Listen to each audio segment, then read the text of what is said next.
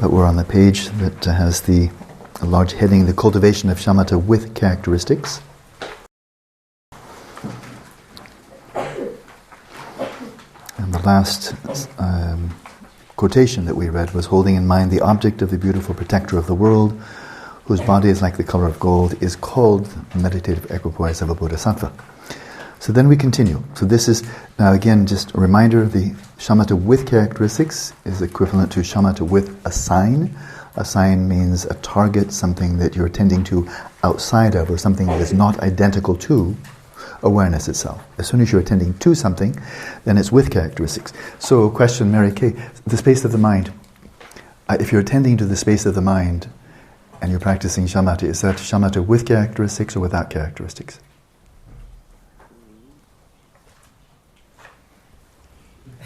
It looked like deer staring in the headlights. just say something, it doesn't matter. You'll be true or false either way. One of the two. Yep, caught you off guard, didn't I?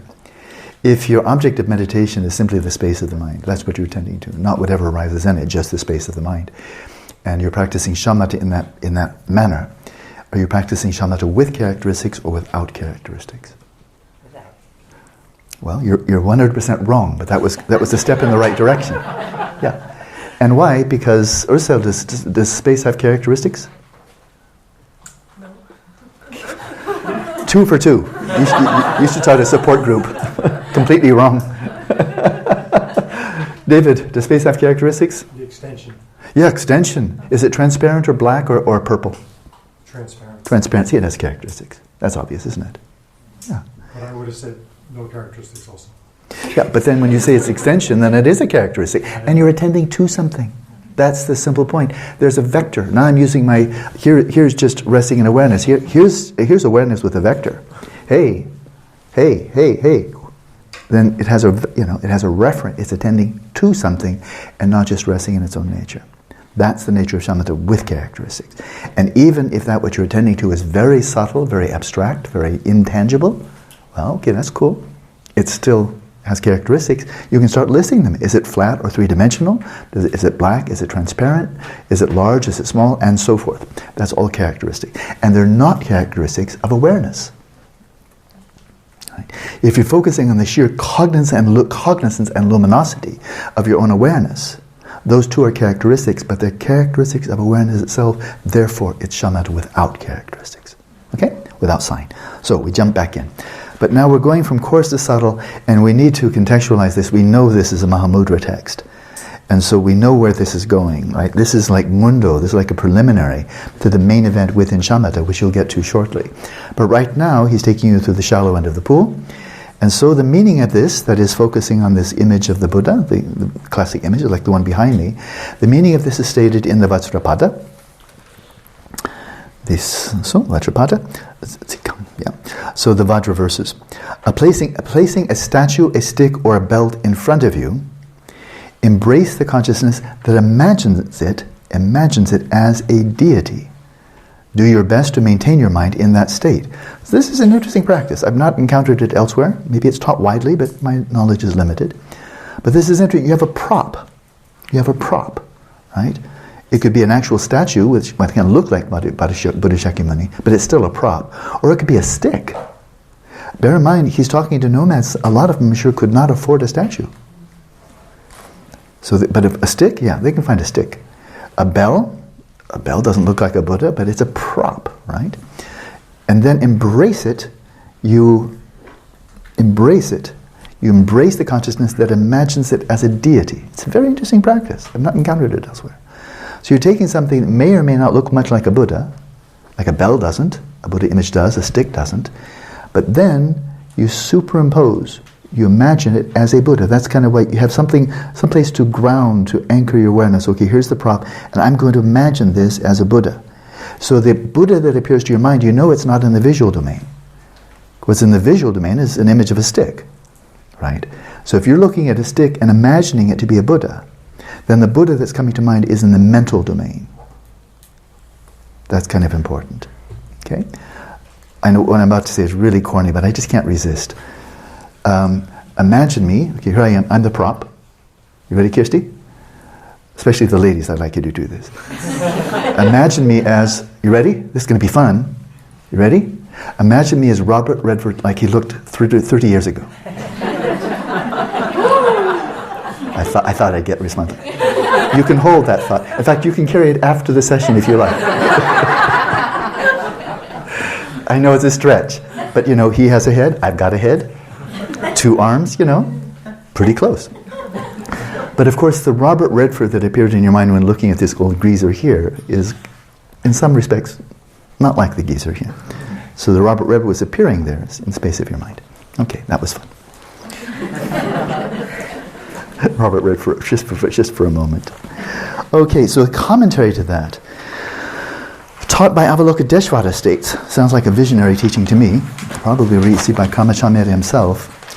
So here's the commentary. Placing in front of you any golden statue of the stage, or a lotus, a stick or a bell, and so forth, there's your prop. Imagine it as the divine sage, Vajrasattva, Samantabhadra, or as Vajradhara. Divine sage refers to Buddha Shakyamuni.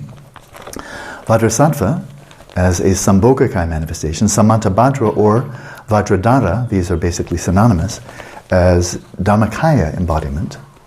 So Nimanakaya, Sambhogakaya, Dharmakaya embodiments. Embrace that consciousness, just as just previously described, and then do your best to maintain your mind in that state. Okay, so holding an image with the prop.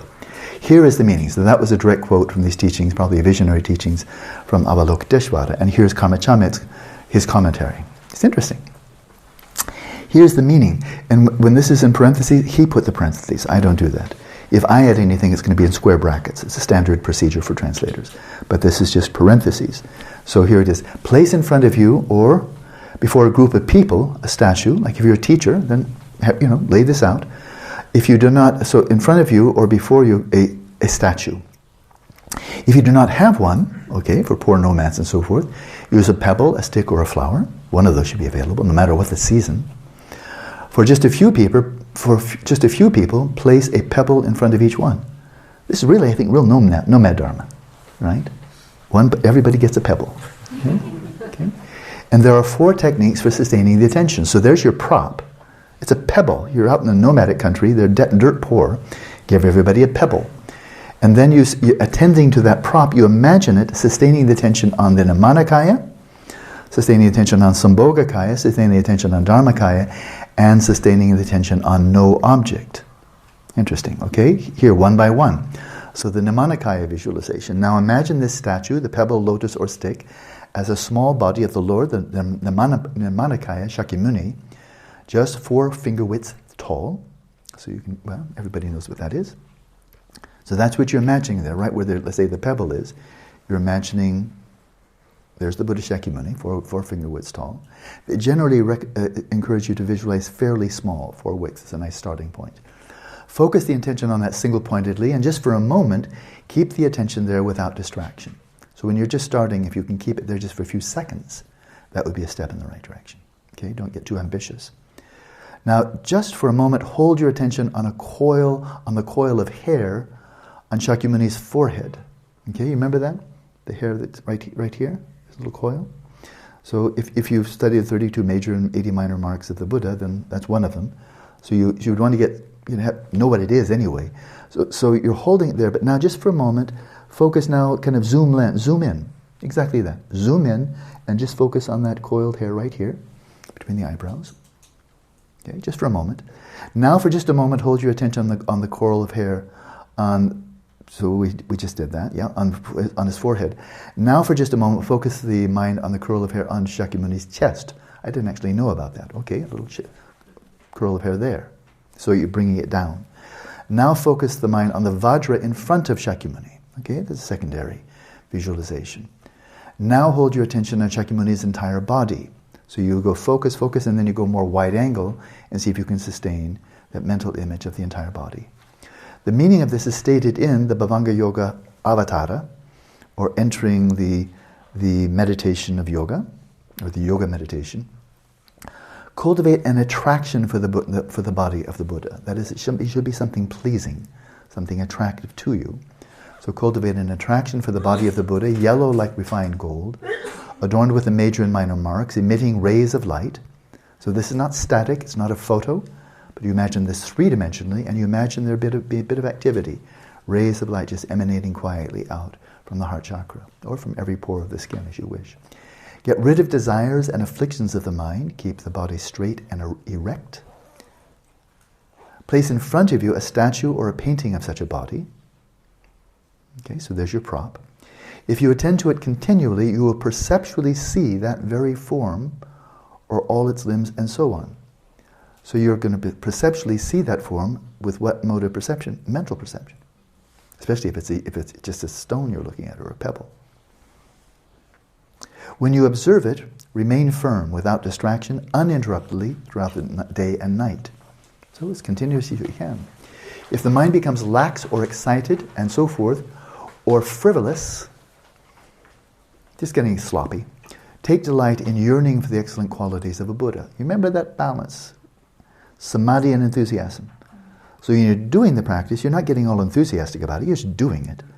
But you start getting sloppy, frivolous, goofing off and so forth, just lackadaisical. Then take a step back from the practice, arouse the yearning, aspiration, reflect upon the benefits of training your attention this way. So get enthusiasm revved up, and then go back to the practice and just do the practice. Take delight in yearning for the excellent qualities of a Buddha.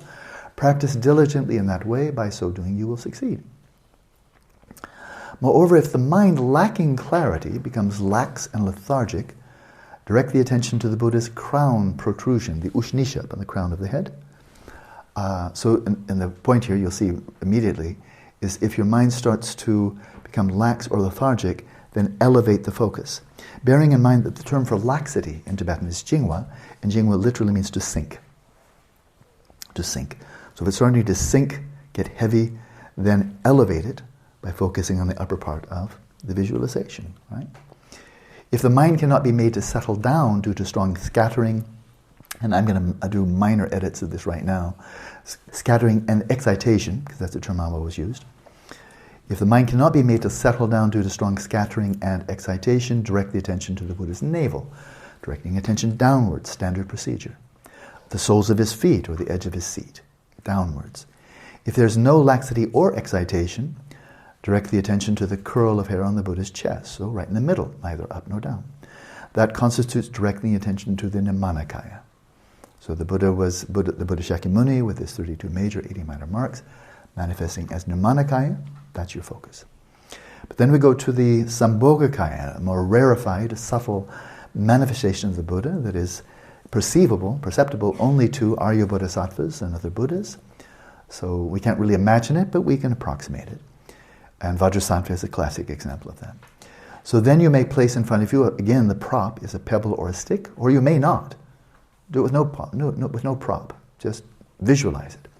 In either case, with or without a prop, imagine the Lord Vajrasattva, his body white in color, holding a vajra, the vajra in his right hand, a bell in his left, 4 finger widths tall, adorned with jewels and seated in the Bodhisattva posture. So, I mean, the images of Vajrasattva are everywhere on the internet. I'm sure you've seen it. But you'll see that this is this more celestial, more divine manifestation, wearing the crown, more kind of royal accoutrements, garments, ornaments, and so on. Seated in the Bodhisattva posture, holding him in mind, do your best to embrace that mind, to hold that thought, hold that mind. So there's Sambhogakaya. And here he interjects the 9 stages, the 9 stages leading up to what follows the 9 stages, and that's the full achievement of Shamatha. He does so in an extremely concise way with no explanation. So these are like bullet points, each of which really needs to be explained because they're not self-explanatory. So now I shall give a lucid explanation, lucid but extremely concise, explanation of the meaning of the teachings on the 9 methods for placing the attention, which are taught by the Lord, by the Buddha, in the sutras. So this is not something made up by Tibetans or even by the great Indian pundits. This 9-fold goes back to the Mahayana Sutras, and there's an abbreviated version in the Pali Canon. I think it's only 5 points. When speaking of methods for placing the attention, they are that indeed, but they're sequential. One commentator who just didn't understand the material thought that you could just kind of go from 1 to 5 to 4 to 3 to 9 and back to 6 and so forth. completely miss the point. So don't need to belabor that point. These are sequential. This is the natural evolution. And Panchen Lozang will get to this later. So the terminology is a little bit different than the standard ones that I've seen based on the Lamrim literature and other related literature. The first one, placement. So the initial stage, the entry level is placement, or I call it simply focused attention.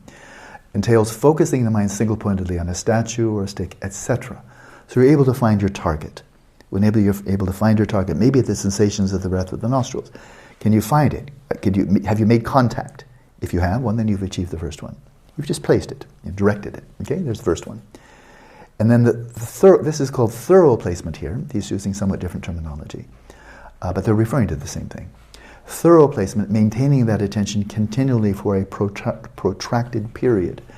Protracted, now I've received a lot of teaching on this, oral transmission. The Attention Revolution really unpacks this.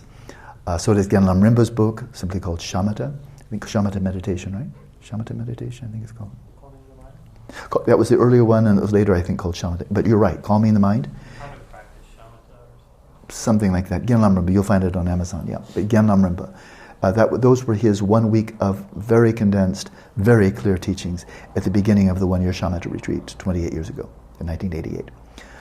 It's outstanding, and he's speaking from enormous experience, and he's a very fine scholar as well. So, but what he says there, and it's a whole flow of oral transmission here, is protracted period, yeah, that means like up to a minute. That you're actually, up to a minute, you're not completely losing the object. Coarse excitation, this is really unpacked.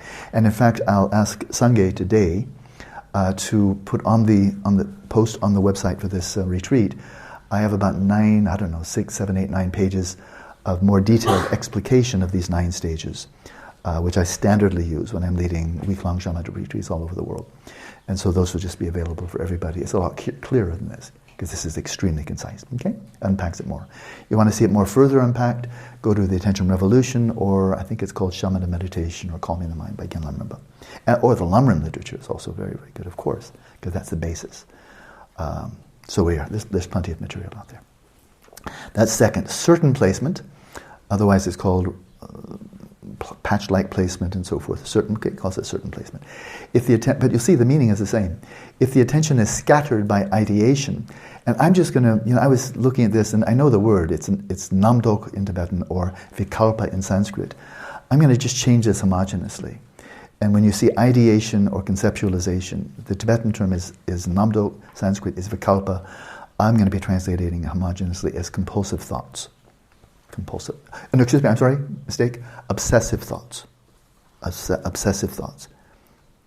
So if the attention is scattered by obsessive thoughts, it is immediately drawn in with mindfulness and placed in meditative equipoise. This is where you know very quickly when coarse excitation is set in, you've completely lost the meditative object. You've been carried away, but you recognize it quickly. So you stray for a second or two, and then you're brought right back. Okay, that's the third stage. Okay, so I'm going to do a little interlude here. That I encountered this distinction a long time ago, more than 40 years ago. I think when I was still in Germany, and I found it, and I'm remembering it now, 45 years later. Useful. I found it useful, and it's 3 terms. So you'd like to bring some. I like precision. I like precision. This is precision. I think very useful precision. There are 3 terms that can easily just be jumbled together and all blurred together. The first one, kalpana in Sanskrit, or tohwa in Tibetan. I'm just going to translate it as thought. There's nothing neurotic or compulsive or obsessive about it. Who is this person? Oh, her name is Lim. No problem. I could be an Arya Bodhisattva and be thinking that. Who is she? Oh yeah, her name is Lim. She introduced herself as Lim. That's a thought. And then I stop thinking it, I'm done. That's it. Very useful. And that same term, topa, in Tibetan is also used for course investigation, which is one of the 5 jhana factors. Obviously not a problem, right? You pick it up, you put it down. We need some groceries. What do we need today for groceries? And then you say, I need this. Okay. What's the problem? You can't just say, I don't know, I'm resting in space. Think something. So thought can be useful. It can also be terrible thoughts, planning to rob a bank and so forth and so on. But it's intentional, it's deliberate, boom. It can be wholesome, unwholesome, neutral. Then we have this term which comes up a lot in meditative literature, comes up a lot in Buddhism, vikalpa, namdo. I'm translating here as obsessive thinking. And you all know what that's like. You're trying to focus on your breath and you keep on getting yanked away by this, that, and the other thing.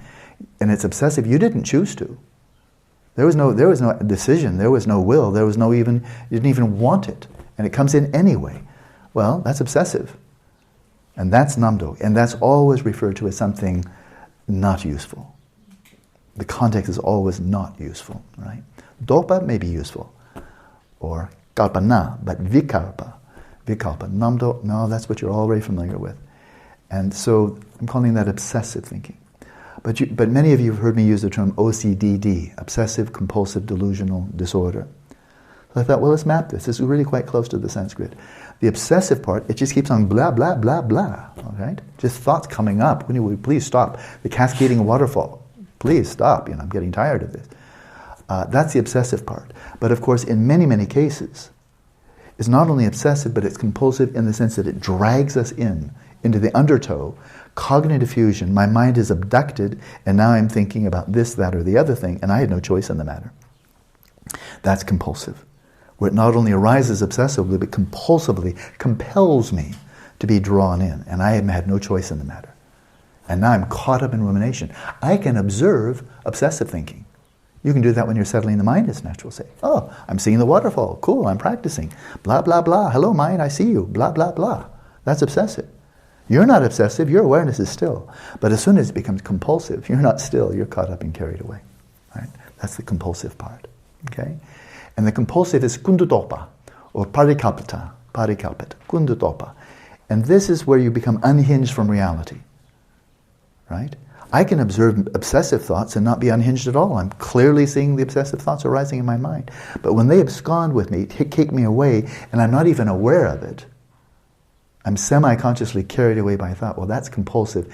And it's like a mini non-lucid dream, which means by definition, you've just disconnected from reality. And I call it delusional, which often happens. And I still see this coming up. I think, wow, still happening. Where a thought about the future of another person, I'm going to keep it vague, but a thought of another person comes up, and the thought of this person might do this, and if this person does this, I'm going to be so exasperated, and I get really exasperated at that person. This is delusional. I'm getting exasperated at this person for doing something he or she may or may not do in the future. But I've decided they've already done it. I'm already getting pissed off. I might phone them up, why are you going to do that tomorrow? That really irritates me. And they're calling 911. I think Alan's having a breakdown. But has that ever happened? Where we get caught up in a thought, and when we're in the midst of it, exactly like a non-lucid dream, we can't distinguish. We're having the emotional response as if we're responding to reality. And it's completely made up. It may never ever happen. And even if it does, it's just by accident. It just happened that my psychosis fits some reality. So that's the delusional part. And obsessive compulsive often includes the delusive. That's parikalpita. So it's that parikalpita, the third mode. I'm translating that as compulsive thoughts. The second one, which is blah, blah, blah, that's obsessive. And just thinking, her name is Lim, that's thought. Okay, there we go. I find that really useful. And not just as an intellectual exercise or to expand vocabulary. See where the rubber hits the road in your experience. This can be really useful. So you see, hey, Alan, that's parikalpita. Knock it off. Get real. Come back to, throw some cold water in your face. Have some hot coffee. Something. Get real. Okay? Okie dokie, here we go. To the fourth, close placement. The mind of meditative equipoise is compounded with the earlier state and placed in equipoise. The longer version says, now you're no longer subject to coarse excitation. You can remain for half an hour, 40 minutes, or whatever, without completely losing the meditative object. The fifth one, subduing. Delight is brought forth by being clearly mindful of the excellent qualities of sustained attention, and you abide in that state. Here you're really starting to enjoy the practice more than ever before.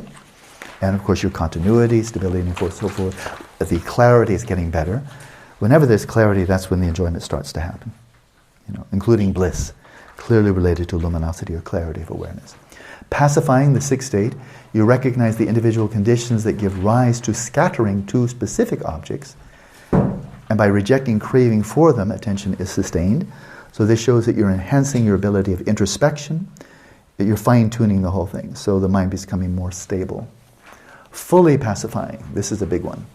Fully pacifying, you recognize all the causes of distraction, such as avarice, and all the results of distraction, such as unhappy feelings, and they're released by themselves. You become so stable, that unflickering candle flame, that you recognize the causes that could cause your flame to flicker.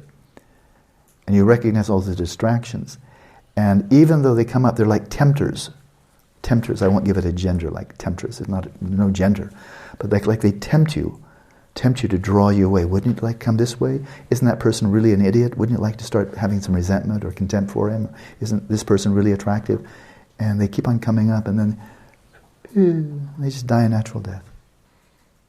You're firm. You saw that? They come up, they don't get any traction. Right? The eighth one, unification of the mental continuum, also called single-pointed attention. By the power of such meditation, attention is focused on the meditative automatically. You need that tiniest bit of effort just to focus, and it is sustained without reliance upon effort or obsessive thoughts. So it now becomes effortless. Once you're in, then it's effortless. Tiny bit of effort to enter in, and then boom, you're in. So now this is very, very good samadhi, outstanding samadhi. In this state, and we'll come back to this later, but remember this one. It's called unification of mental continuum. It's called single-pointed attention. You can see it's a very high state. It's even beyond, obviously, the seventh. And here, at this point, and this is straight from Gyaltsen Rinpoche, it comes later, is that when you're in this eighth stage, your awareness will still be impinged upon by sensory appearances. If your eyes are open, you'll still have some sensory input. Your ears are clearly open with no noise-canceling headphones. Sounds will arise. Tactile sensations will arise. They're arising, but you're not ascertaining them. You don't feel like you're in a sensory deprivation tank. But not a bad analogy, is if you're reading an incredibly enthralling novel, let's say, one of those absolute page-turners, or something else. You may be watching a movie on an airplane, and you just love it. You're totally engrossed in it. And you're totally focused there. And the flight attendant is coming up and down, and there may be some minor turbulence, and the person over here, sneezes or whatever, they turn the page in their book. These are all arising to you. But then when you come out of your film or your book samadhi, if somebody asks you, how many times did the flight attendant come back? Did this person sneeze, turn the page, or not? Was there any turbulence, minor turbulence?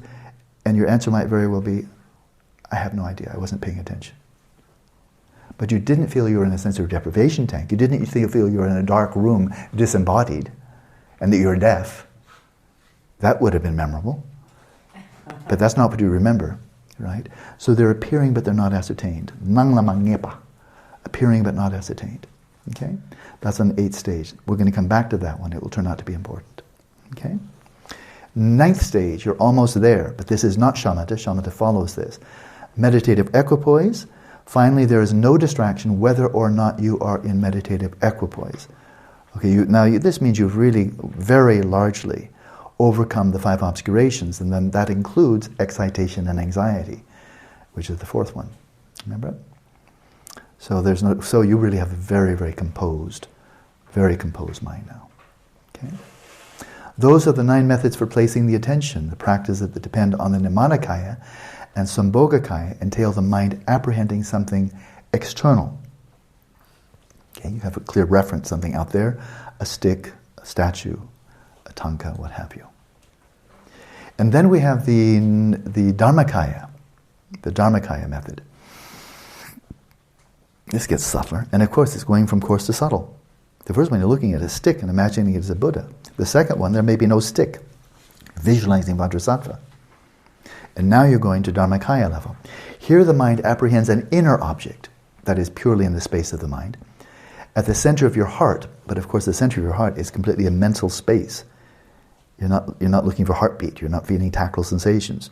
You're looking at the mental space where you imagine your heart is.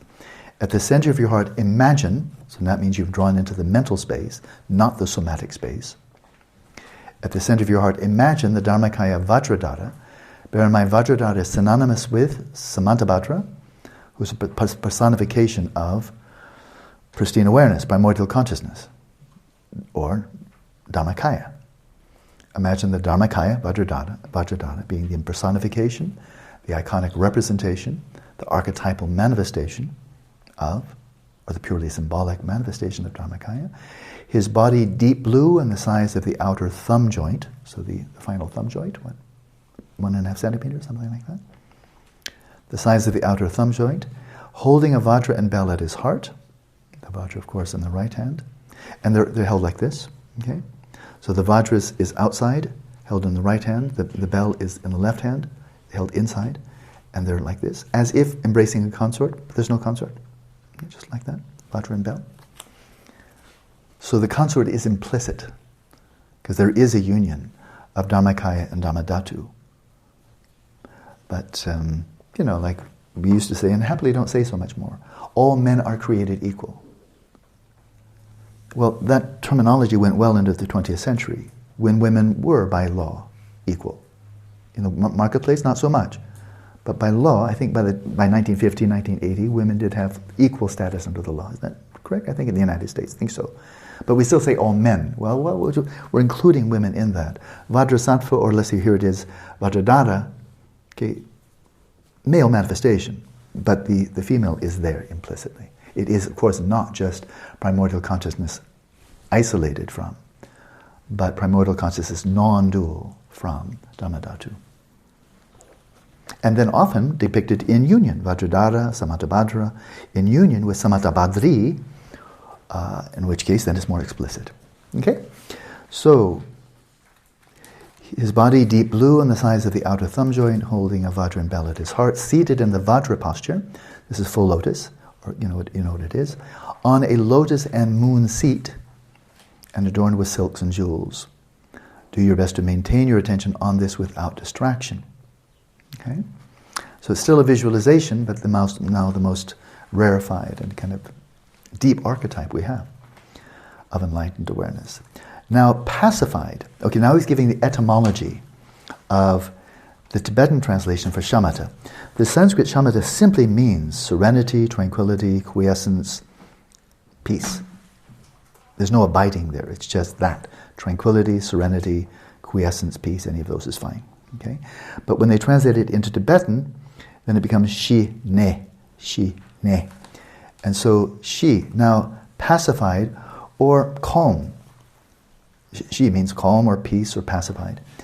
Now pacified here, I would say now calm.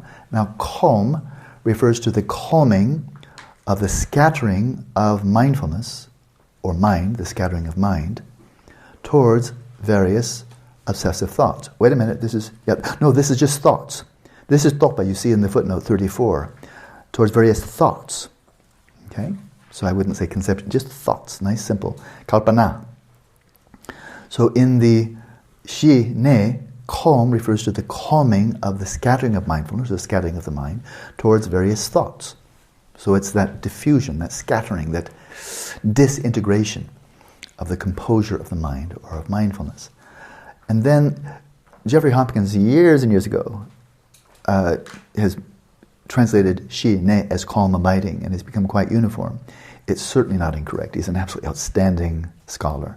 He's one of my own mentors as a Tibetan Buddhist scholar. So he translated it as a calm abiding. I'd mildly prefer, because it's perfectly correct, presence. Ne means to be present. Present. Abiding is okay, but I think calm presence is a bit more English. Calm abiding is a bit contrived. It's not something that would pop up in an ordinary conversation. Calm presence. Presence means not moving about, just presence. Ne, presence. So the mind's presence radiantly, wherever it is, or it's the mind's radiant presence, I think is better. The mind's radiant presence, wherever it is focused, is shamatha.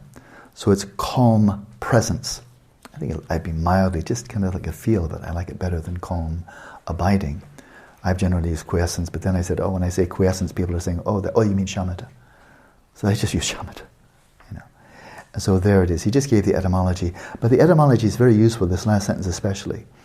And that is, there's a calming here, But you've not only calmed scattering, you've calmed dullness. So there's a radiant presence. The mind's radiant presence, which of course is calm, that's shamatha. Okay? So that's that. That's a cultivation of shamatha with characteristics. But we know by context, in Dzogchen and Mahamudra, the shamatha with characteristics or with a sign is basically a preparation to the shamatha that it's just immediate entry, just next door neighbor to really the Vipashyana, the focusing in on the fathoming, the exploring of the nature of mind, cutting through mind to the substrate, cutting through substrate to rikpa. So sooner or later, you will want to get to shamatha without a sign, if you really have a passion to immerse yourself in the practice of Mahamudra or Dzogchen. So you see this is very, very clearly in Natural Liberation. He starts with a stick or a pebble, ends on shamatha without a sign. You see it in Space, the Path for Freedom, start with a stick or a pebble, and then he goes off to the very subtle, the focusing on the mind, focusing on thoughts, or the samadhi of the shamatha of non-conceptualization, taught by Maitripa, and he's a major source of the Mahamudra teachings. Okay? So it just makes really good sense. If your passion is to really immerse yourself and follow through to its culmination, state of regeneration practice, it makes really good sense to do a lot of visualization. You may as well achieve shamatha, focusing on a Buddha image. Dharmakaya, Sambhogakaya, Dharmakaya, self-generation, develop shamatha there. That would make really good sense. Develop your visualization skills. You're going to need these big time in stage of generation. Whereas if your passion is, just give me a beeline to Mahamudra Dzogchen, then you may as well just get down to it quickly, practice shamatha with that characteristic. And that the next door neighbor to that is taking the mind as the path, where you are attending to thoughts and images coming up, which means there is a reverent. Like that. Okay, here we go. We're keeping the pace brisk today. So then in shamatha without characteristics, you direct the mind to samantabhadra. But now we see samantabhadra not as blue color bearing a vajra and bell, but now, because that was the symbolic representation of samantabhadra, now it says, do your very best to direct your mind to samantabhadra. Samantabhadra is rikpa, primordial consciousness. You're going to do your best approximation of that in this shamatha practice. So what is this samantabhadra, the actual samantabhadra? Samantabhadra is emptiness, emptiness of all appearances, devoid of form, color, and substance. Substance, I think, is a good translation here. Something tangible, something substantial. Well, it's insubstantial, colorless, formless. So we know now that we're dealing with something much more subtle, intangible. For starters, it's an emptiness, an absence, a certain type of absence that is devoid, empty of, or absent of form, color, and substance. The mind does not imagine or ponder anything. Previously we were imagining the Buddha Shakyamuni. If you're cultivating shamatha by way of loving kindness practice, you're pondering the plight of sentient beings. You're using your discursive mind. You're using dokpa, thought. Not namdok. You're not using obsessive thought or compulsive thought, but in the cultivation, metta bhavana, the cultivation of love kindness, you are certainly using dokpa, thoughts. And that includes imagining sentient beings, recalling sentient beings, arousing and so forth. That's all dokpa. It's good. This is not doing either one. You're not imagining or cogitating, thinking about.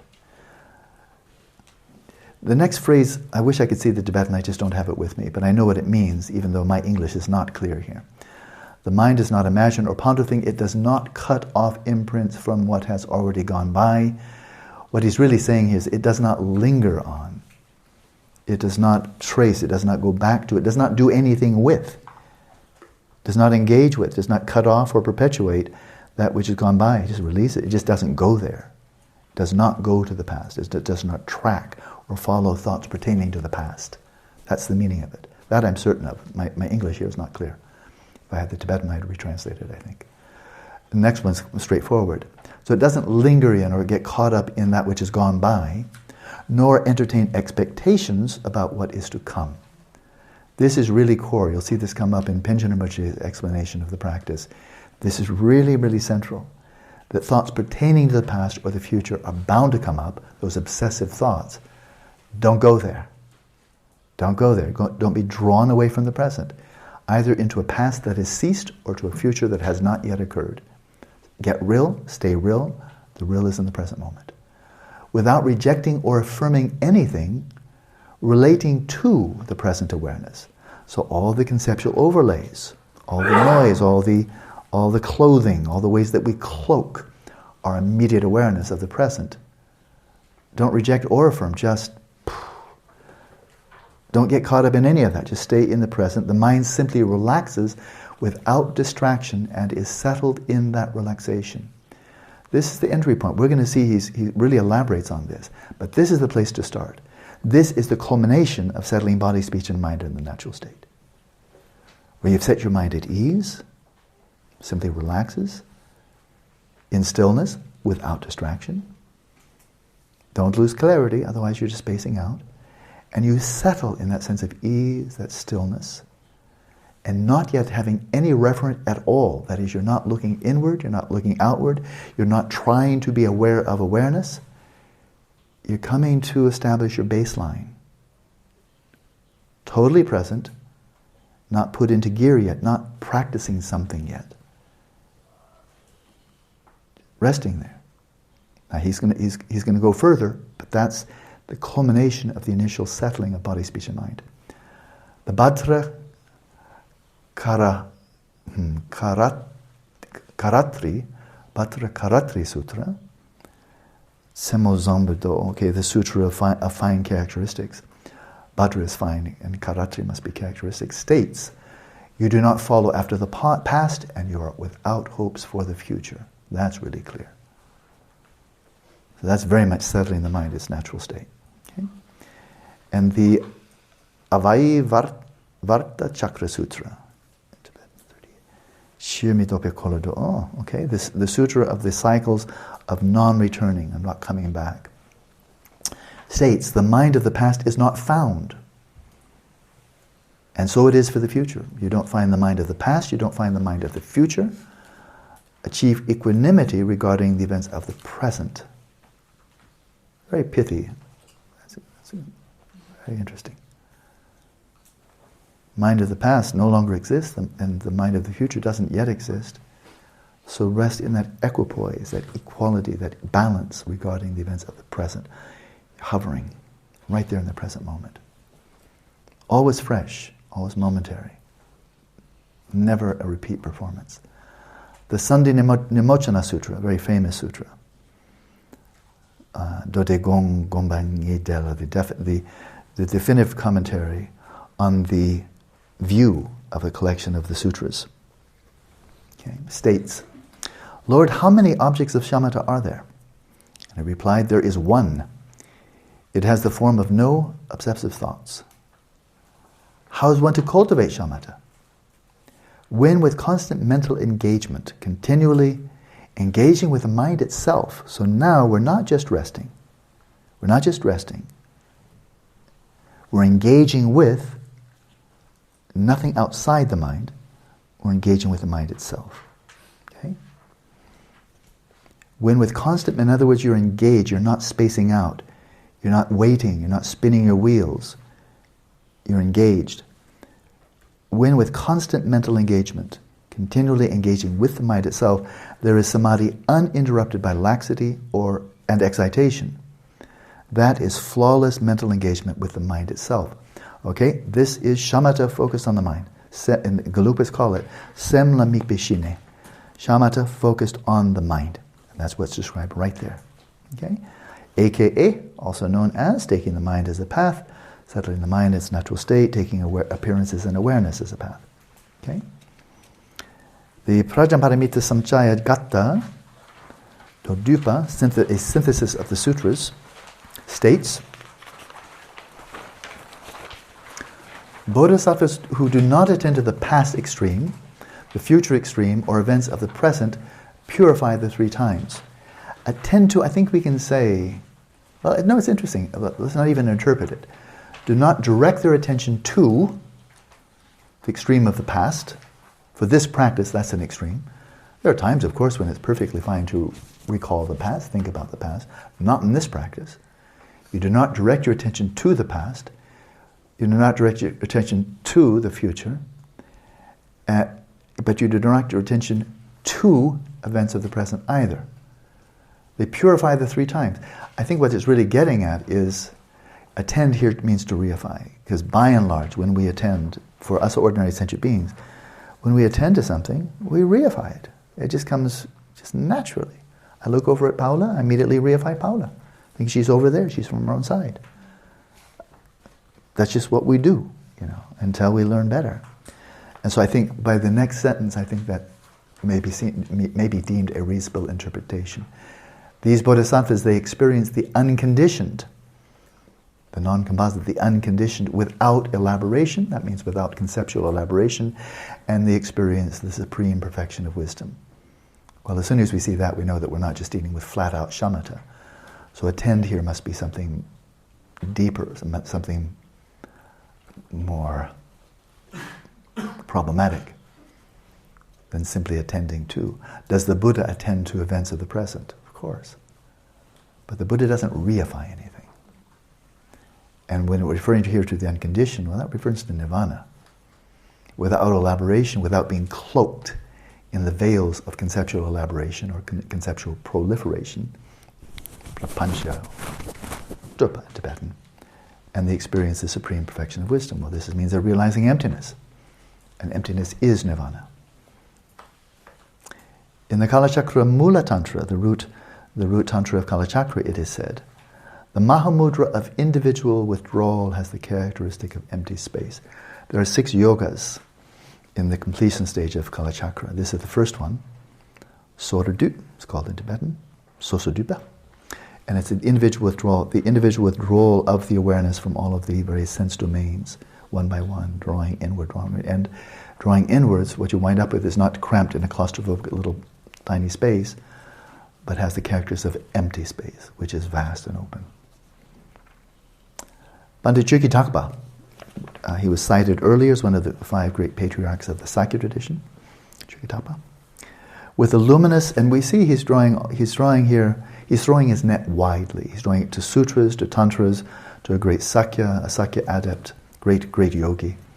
And so he's showing that this is not a sectarian issue, it's not just sutra or tantra, it's not this school or that school. This is a practice that got a lot of emphasis in all schools of Tibetan Buddhism and going back to India, back to the teachings of the Buddha himself.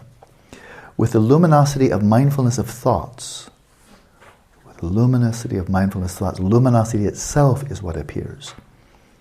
So this would quite clearly, luminosity itself is what appears. This is where your awareness is inverting right in upon its own luminosity. The luminosity of mindfulness itself, let alone the luminosity of thoughts, some bright thoughts, some dull thoughts, and so forth. Not attending to that. This is focusing right in upon that which illuminates thoughts, which is awareness itself. And so it is now very close to the bone, very up close and intimate. This is definitely getting to shamatha without characteristics, where you're not attending to anything outside of awareness itself.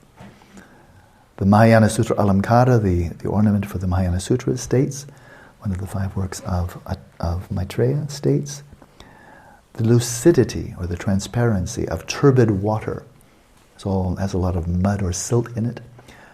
And the lucidity is transparent, you can look right through it, like crystal clear, like this water right here is lucid. You can see right through it. The lucidity of turbid water does not arise from the beginning. That is, if you throw a handful of dirt in it and stir it out, it's not lucid. But appears only with the disappearance of impurities, and that is all the impurities, the silt, the dirt, settles to the bottom, and what's above that is crystal clear water.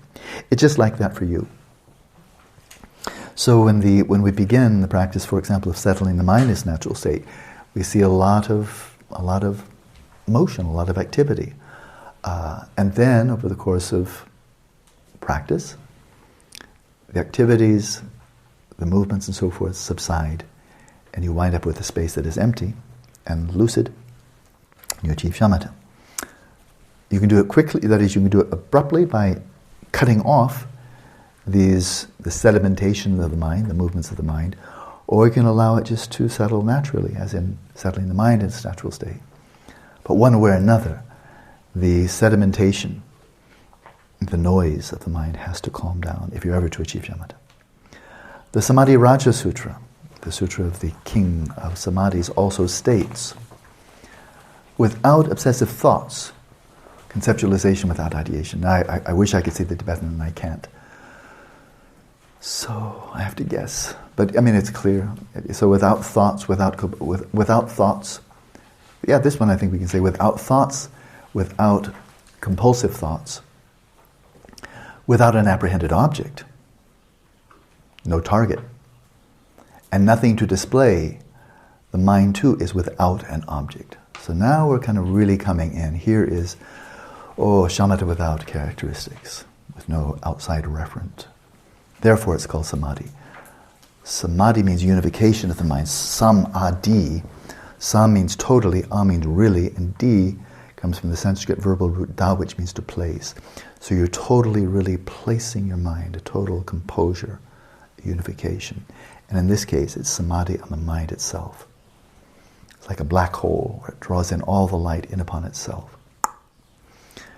If the bodhisattvas, Jinaputras, these are bodhisattvas, sons or children of the Jinas, if the bodhisattvas, Jinaputras, cultivate this king of samadhis, they go beyond thoughts, which are ideation, conceptualization, which is difficult to transcend. And gradually non-conceptual primordial consciousness arises. So they go beyond thoughts, which are difficult to transcend. Even when you first realize emptiness, it will be conceptually veiled. You'll be realizing it, but by way of ideas, by way of conceptualization. When you first have a taste of Rigpa, it will be almost certainly veiled by ideation or thoughts. It will not be unmediated, most likely. But as you go deeper into your realization of emptiness, you settle more and more deeply in your experience of Rigpa, then eventually, sooner or later, it becomes completely conceptually unmediated. And if you're following the Bodhisattva path, that's when you become an Arya Bodhisattva. If you're following the Dzogchen path, that's when you become a Vidyadhara, when you have a non-conceptual identification or experience of primordial consciousness. So the theme of transcending thought is really absolutely central. You see, it basically comes up in every single citation here. So the Kaya Traya Stotra, but it's the praise of the three bodies, of the three embodiments, Nirmanakaya, Sambhogakaya, and Dharmakaya. So the praise of the three embodiments, the three kayas, states, non-conceptual primordial consciousness alone is asserted by the wise to be samadhi. So they're setting the bar very high. Okay? That's what samadhi is really about. It was when you transcended all conceptualization. Any other samadhi does not rest in reality. Well, it doesn't rest in the reality of primordial consciousness non-dual from Dharma Dhatu. So setting the bar that high, relative to that, all other samadhis, focusing on the deity, focusing on the breath and so forth, it's but a distraction. Any other samadhi does not rest in reality, but is a distraction. It misses the mark. So it's maybe a preparation, maybe a very useful preparation, but it's not the goal. The Shatta Sahasrika Prajnaparamita, that's back to the 100,000 verse Prajnaparamita, states, what is, I think we'll stop here, but I'll read this and then we'll stop. What is samadhi in which the mind is still? The Tibetan is nepa, and it can be still or stable. I think here still is better. What is the samadhi in which the mind is still? The unflickering candle flame. Abiding in that samadhi, the mind is unmoving, without ideation, without thoughts, and not despondent, not heavy, not bored, not downcast. It does not become unhappy. There does not arise a thought. This is the mind. This is the samadhi called still mind. And since a quotation from the same sutra will continue. When bodhisattvas experience the perfection of wisdom, they have the samadhi called isolation. You're freed from, you're separated from something. We'll see what. Bodhisattvas who experience that samadhi swiftly become perfectly enlightened. In accord with that, they have the samadhi that is without the mind, without mind.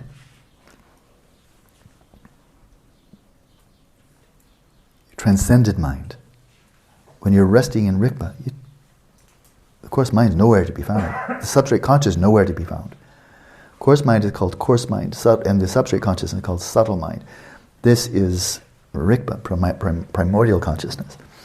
They have the samadhi that was without mind, without mental activity, unmoving, not attending to the essence of all phenomena.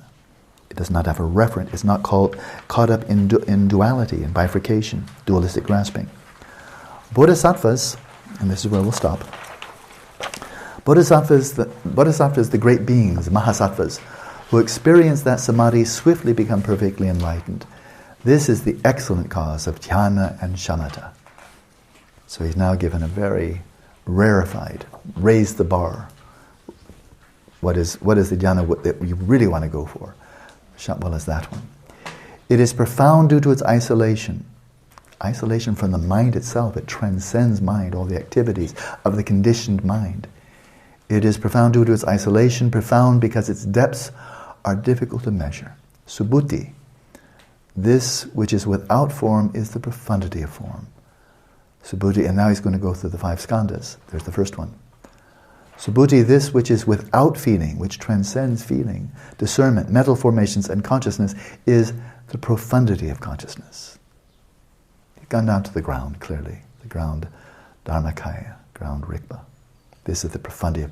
This is the ultimate ground. Subhuti, this perfection of wisdom, is without thought, without ideation. The absence of ideation is called Buddha. The absence of ideation is called enlightenment. Phew.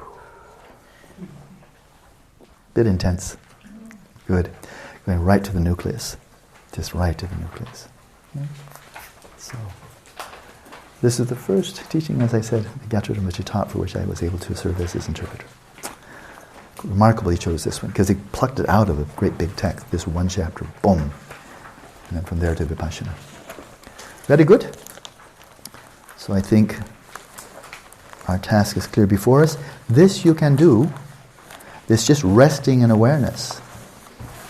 If you wish, you may attend to thoughts, a bit of a referent, or if you wish, you may simply rest in awareness without referent. That's a very nice way to end the day when you're in bed under the covers lying in the shavasana. Especially if you're not attending to the thoughts. Thoughts may keep you awake, if they keep on arousing you, catching your interest and so forth. They can keep you awake. But in my experience, if you're just resting in awareness, it doesn't arouse, it doesn't excite or agitate the mind. And it is a beeline, it's a direct line to go consciously from the waking state right into deep dreamless sleep and enter dreamless sleep lucidly. That's worth doing. Very good preparation for dying lucidly. Entering the dead zone, the dark near attainment, lucidly. That's really worthwhile. Really, really worthwhile. Good. Whew. Enjoy your afternoon. See you tomorrow morning.